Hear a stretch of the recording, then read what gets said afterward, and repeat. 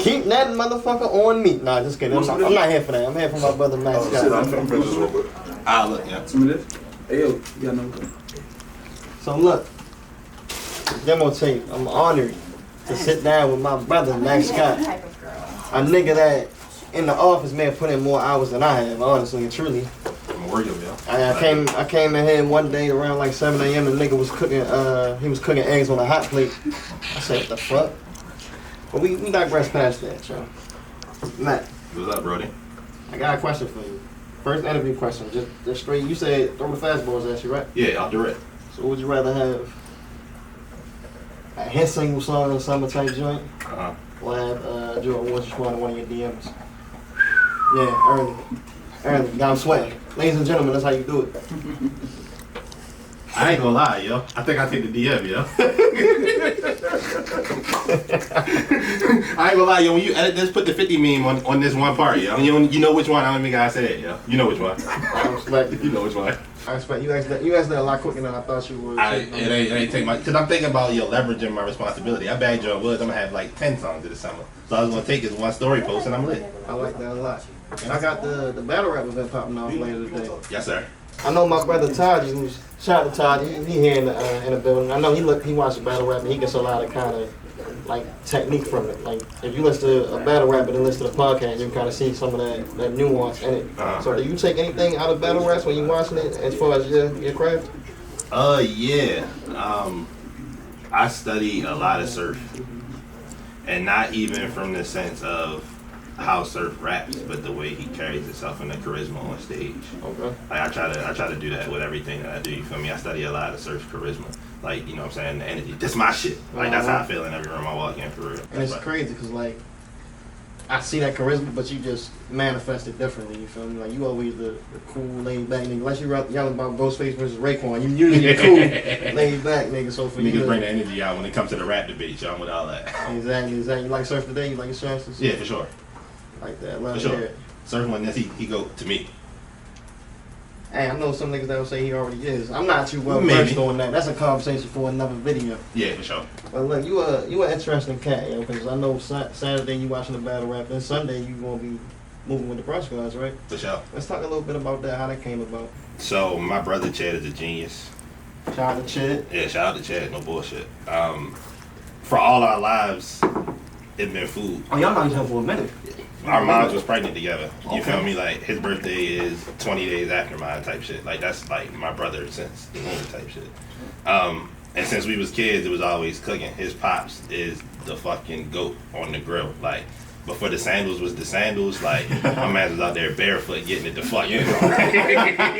Yo, nah, barefoot. Hell no. Shout out to Uncle Kenny. Yo, he was out there cooking Brontosaurus burgers like a Flintstone. Listen. Like so, but all right. So fast forward a little bit. The staple for his family was always Christmas brunch. You feel me? So that was something we grew up on.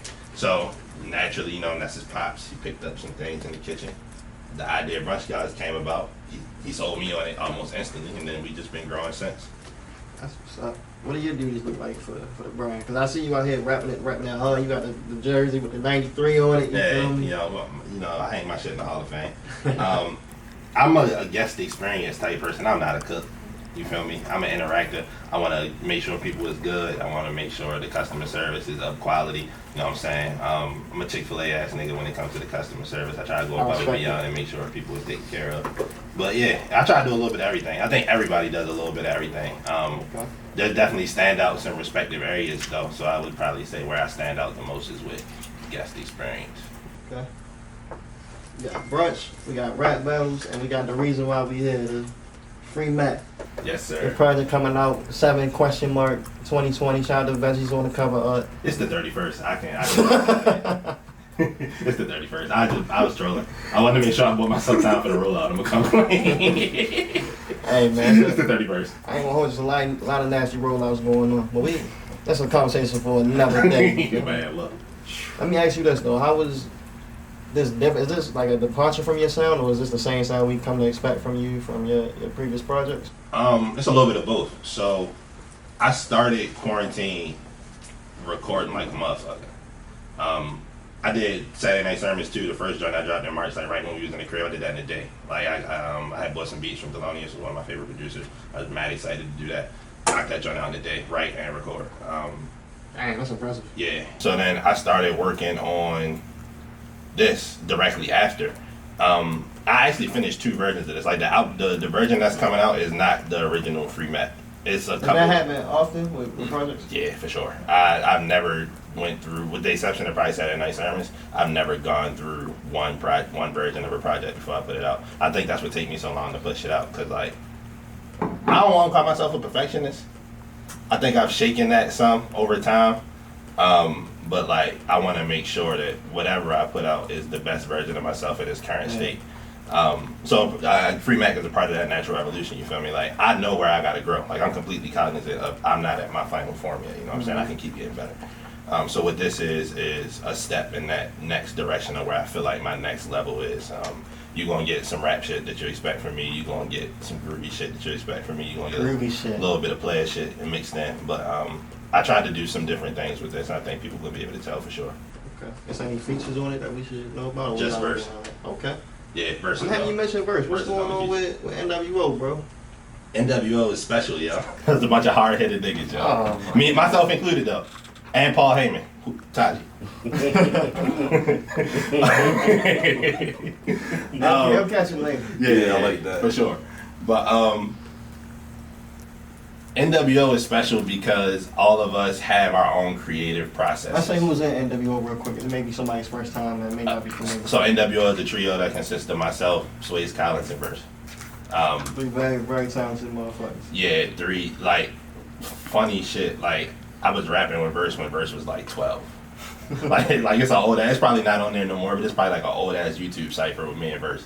From like, I was like 15 in high school, big ass baggy polo shirt, pinstripe New York Yankees fitted that was on my head like Tay-Rock. Like shit was going crazy. But yeah, and so we've known each other for a long time. Verse and Swayze went to school together, high school. So we have been working with each other probably since I've known Verse since 2009 at this point. So it's been a super duper long time. So all of our creative processes are super different. Verse is real meticulous, like super duper duper meticulous. Swayze is more, I don't know how to describe Swayze's creative process. He's like a worker bee, you know what I'm saying? So he'll crank a whole lot of shit out and then just, at one time, like, heavy hit, stop. Heavy hit, stop. And myself, I'm more of do a little bit here, do a little bit there, do a little bit there, to continually progress along the way. So I think that's where we at right now. An NWO project is gonna happen. It's just, okay. I've been saying that for years, but it's difficult getting all our creative processes on the same page. That's the buzzword, ladies and gentlemen. Yeah. It's difficult getting the creative processes on the same page. Yeah, it's never nothing. It's not personal. It's not none of that. We don't beef. None of that shit. It's just we got to get all our creative processes online for once, and then we'd be able to put some real shit together. Like every song we made is a banger. If you think about it like that, it's just like our songs have found pockets on different projects. Like some of them have been on Sway's projects, some of them have been on Verse projects, some of them have been on my projects. It's just putting it together and making an actual NWO project, and it's all about timing, just like everything else. Okay. Well, I'm excited to know that shit is actually coming. Yeah, I promise it's coming for sure. It's just niggas just gotta be patient with it. July 11, 2020. Y'all remember he said that? So, I swear. So July 11, 2021, when we still don't got that project, y'all just run that tape back. Hey, look, hold me accountable, yo. I promise. Well, we here for Mack Scott. Let's get back to Free Mack. I want to know the name behind, the inspiration behind the name. Is that a whole COVID thing, or just because you haven't dropped some Saturday Night Sermons, or what? A little bit of both. Okay. It was more so about freeing myself. You know what I mean? The COVID thing was a lucky coincidence, just because like literally niggas is begging to get out the crib at this point. You feel me? Yeah, like little cartoon Mac got his mask on. Yeah. He also got blue eyes, so we gotta holler at Veggie about that one. But. Yeah, I'm like 99% sure it's something elevated and woke behind that I just don't understand, and I'm cool with that. That's my guy. Yeah, You feel me? it's some shit. Yeah, nah, that means something. I don't know what it be, yo, but I'm gonna talk to him about it. He'll tell me what it be. But it's more about just like freeing myself. Like I made a promise to myself at the beginning of the year that I was gonna stop holding myself back. I think I'm my own biggest enemy when it comes to music. That's real shit though. Yeah, and it's just literally because like the perfectionist in me has held me back from taking risks. I feel like So Free Mac is just about that. Like one, the literal sense, niggas just trying to get out the crib, but also it's about framing myself as a creative and as an artist, and about like me letting all that old shit go. I like that a lot, and it's the perfect time for it too. Like we talking about the COVID, we talking about being locked in the crib. I want to know you as an artist, because you probably, I would guess, you used to go into the studio, banging shit out. So with things being closed and you being in the crib more, things like that, how has your creative process kind of shifted from what it usually would be? None. Oh, word. Nah, I got shop set up in the crib. I knocked it out. Yeah. At the beginning of the year, I guess this was like literally just good favor on my behalf. I decided like I was gonna buckle down and get my in-house shit right in the first place. Like this was before COVID, before anything. It was like right after New Year's. I was like, I'm gonna invest in the right music equipment so I'm good in the crib. And 2 months later, I had to be in the crib. But thankfully, you know what I'm saying, I had already made that investment for myself at the beginning of the year to just be set up and keep rolling. So I haven't really, literal music-wise, I haven't really missed a beat. It's just with all the shit going on in the world, the shit in between my ears, you know what I'm saying? That's been hurdles to jump over. But as far as like the actual creative process goes, I haven't really missed a beat since we've been in the crib. Well, that's what's up. How important is it for, as an artist, to have a space that you can work out of? Because I know even like having this office here, even if I'm not having the most productive day, if I just pack up my shit, leave the crib, and come here, I can at least get something done versus trying to carve out a little space here, carve out a little space there. It's all about the ambiance. That's a good word. Like, I feel like creative spaces are pretty much essential. Like, a lot of niggas I know won't record themselves in the crib. They just like, yo, I need the environment of a studio to be successful. And I think it's like that with everybody. We want to, well, as an artist, I think I can speak for everybody when I say you want to make sure that you're as comfortable as possible, and having a good environment just aids in that process. Somewhere you can free your mind, somewhere you can be comfortable, kick your shoes off if you need to, punch some shit and walk away for a second if you need to get yourself together. Like, all of that shit is super essential. How have you been staying inspired during this time? I'm a student in the game. I study. Okay. You got the game on your arm right there. Yeah. Go ahead, show the camera. You know how that go. But regardless of what's going on in the world, I always got studying to do. Whether it's something that's on YouTube, I've been watching a lot of documentaries, old documentaries that I obviously know. Like, I've seen Fade to Black 100 times. I've seen Up in Smoke to 100 times. So maybe hip-hop documentaries. Yeah, and I also do a lot of hip-hop reading. Like, the book I'm reading currently, I'm reading Michael Eric Dyson's book on Illmatic. So, like, legend. yeah, for sure. Michael Eric Dyson, nah. Nah, but I do a lot of that. I'm a student. I study. Like, so there's always an opportunity for me to be successful in that regard, just because there's always something to learn, whether it's something to listen to, something to read, something to watch. The information is still there. One thing that always impressed me about you, too, is your sports bars. Like, I feel like you got some top-tier sports bars, sports analogies, sports bars, sneaker bars, things like that. So let's kind of get into that. Is that just something that's always been a part of your life? Like, you always been a hardcore sports fan, always been a hardcore sneakerhead, or did you kind of grow into that? Nah, so I categorize myself as a lifestyle artist. So everything I rap about is shit that's a part of my lifestyle. Okay. It started like my brother, shout out to my big bro, he put a basketball in my hand when I was literally like 3. And he was also a crazy Jordan head. You got hoop dreams, bro? Yeah. So like the original Jordans, like when Jordans was first coming out, like they was all in the crib because my brother was going crazy. So like when I got old enough, I was like, shit, I've already seen the framework. Let me just go ahead and hop in. Now, unfortunately, my feet didn't get as big as his, so I couldn't get the hand-me-downs. But I figured it out. So like, I think I bought my first pair of sneakers with my own bread in 8th grade. It was a pair of 5 Red 5s. And ever since then, it just wasn't no looking back. The black tongue or the metallic? It was the black tongue. Okay. It was the black tongue. Like walking in the hallway with my toes curled up in the toe box with the joints ain't crease, like all of that. Well, so yeah, it started there for me. Real shit, and then I ain't looked back since. Like I've been wilding with sneakers for as long as I can think. And sports is just, that's my life. Low key. Like if I'm not talking music, I'm talking sports. And they kind of go hand in hand for me too. Just because, and it's funny because I didn't even know that this was the thing until I got a little bit older. But they expect niggas from our community to rap or go to the league. Mm-hmm. You feel me? So it was just, I don't know if it's a coincidence or if it's just my environment that makes me like that. Like it's always been music and sports for me for as long as I can remember. So you never had like an idea in your mind that you were gonna be anything but a rapper or athlete? Yeah. That's hard. I know that's crazy to think about.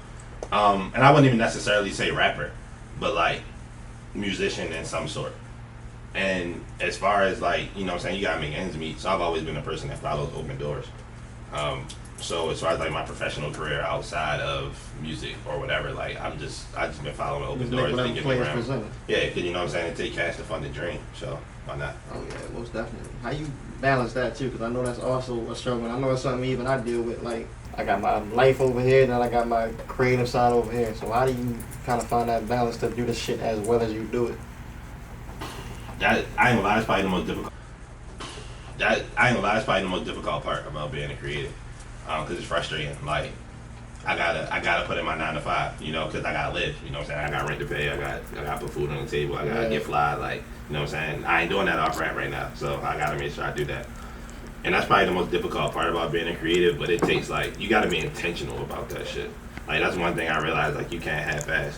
Like I give you an example. Since we've been working from home, I was doing like my work on my laptop that I would usually be using when I got off work for music shit. So it became increasingly difficult for me to be able to do one or the other because I'm used to being in this environment working on one thing, and now I gotta like work from the crib. So then I ended up buying the iPad to like kind of separate that. So I do all my creative shit on the iPad and I like my work shit on the laptop. So it's just like you just gotta be intentional about how you go about addressing that, and it becomes a lot easier like that. Yeah, I definitely feel that too. And I seen you in here working on the iPad and making beats and shit. Let's talk a little bit about that, because I didn't realize you had such a heavy hand in the production side too. Mm-hmm. So what does that process look like for you? So for as long as I've been an artist, I've been picking samples. I would send them to a nigga, yo, hit the buttons for me. Like, you know what I'm saying? Yeah. So, but being in quarantine, like, I understand that a lot of the people that I usually work with have had their own life shit to deal with. Like, I had homies lose people in this process. I had people, like, just figure out what they want to do with themselves right now. And I can't hold that expectation of everybody to be as consistent as we were when the world was normal, because I know, like, everybody was fucked up. You feel me? I decided that I was just going to learn how to hit the buttons for myself. And I got a lot of teachers and that, like, people who... Shit, go ahead, shout out. Yeah, shout out to my guy, Danny 3 Commas. He's probably the smartest music person that I know. Like, that nigga has had a profound impact on my growth and where I've been so far, like, since the beginning. I went to high school with Danny, so, like, when I started taking rapping seriously, he was the first nigga I went to. He was Kid Ghost then, 3 Commas now. But, yeah. Like, I don't know which one I like better. I ain't gonna lie, me and Ghost used to get jiggy, but 3 is a damn genius. like that yeah, he's unlocked some shit with himself that's made him like out of body. Yeah. Like Drake got 40, like that's how I look at 3. Oh wow. As terms of like, I know you work with a lot of different producers, but that's like your go-to guy. You feel that's like that's your guy. I wouldn't even say that's my guy in terms of like producing my songs, but that's like my teacher for real. Mm-hmm. Like I learned a whole lot about the music side of being a musician more than just a rapper from him. But as far as the beats, you know, Dosha Burner is my guy. Yeah. Me and Dosha Burner have been making music since my very first mixtape, so we kind of just been growing together since then. Let me ask you this, because again, it's still a real uncertain time. So how do you feel like live shows and live performances and shit going to go? Because I know that a lot of your exposures come from doing shows, like being on those runs where you at the Crown one night, somewhere else another night, somewhere else another night, just throwing a whole weekend or a whole month away. So how do you see that kind of changing when things do, I guess, get back to whatever normal looks like? I don't think we're ever gonna get back to the normal that we know. Like it's always gonna be some fear of the unknown. You know what I'm saying? Especially for our generation, because we never been through no shit like this. Like we had the swine flu, but this shit ain't nothing like the swine flu. This ain't nothing like Ebola. Like none of that shit that they put in the mass media. Like this ain't none of that. This shit is real. So I don't think we'll ever really go back to what normal looks like. Now, granted, it's just gonna require a lot of creativity.